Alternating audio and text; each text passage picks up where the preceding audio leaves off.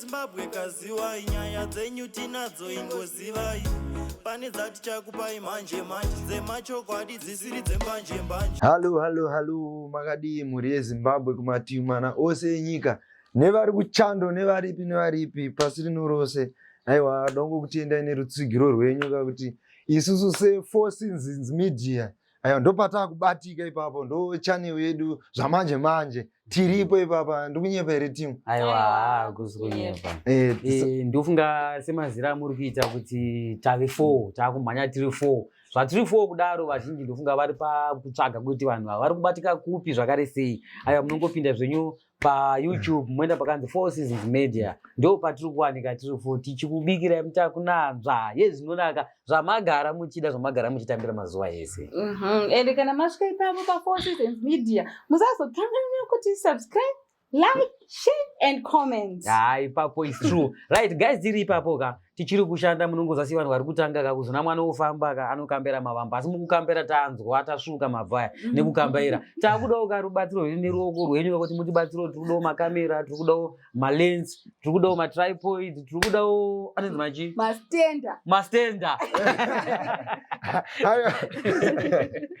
stenda inotaurwa ka is tripod ndo stenda iri kutaurwa inogara chikamera atichika saka vanokwanisa kutibatsira vanokwanisa kuisa ruoko rwavo ka tichikudawo zvinhu zvakawanda kubatsirwa nemi vatsigiri vedu kuti tisambe chikupai mutakunanzva nekuti poto yamamakamirira kuti ibikwe ka ipakurwe ndiyo poto yacho iyoyi. Aiwa ipapo ichova munongozwa kuti chikafu chikabikirwa muhari ka kunyange ukaibura pamoto inongoramba ichingobika yega iri pasaidi ukatonongera kuti chipakura ka notsira imomo.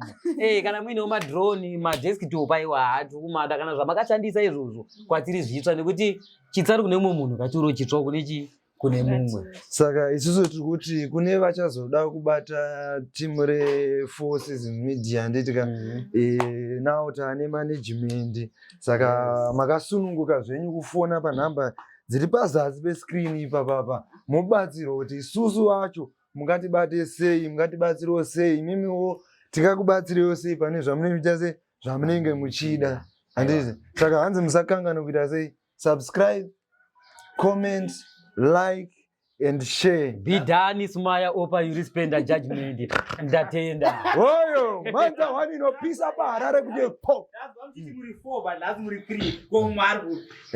Zvaitika ndezvekuti mumwe wedu pari zvino kune kwaamboenda kune ofisi yaamboenda kunopinda asi tinaye zvedu hapo panyama asi pamweya tinaye. Madzibaba tiborwa indimi dzedze madzibaba. Julius party open you spend a judgment ndatenda smabi ndazvinzwa Gracia opa. Oyo Please support our YouTube channel muchida kumaketerwa ingoti bata mavideo edu molaika kana subscribe wakaipa ndimi wacho vanoita zvigoita manasi timu tinokutenda manasi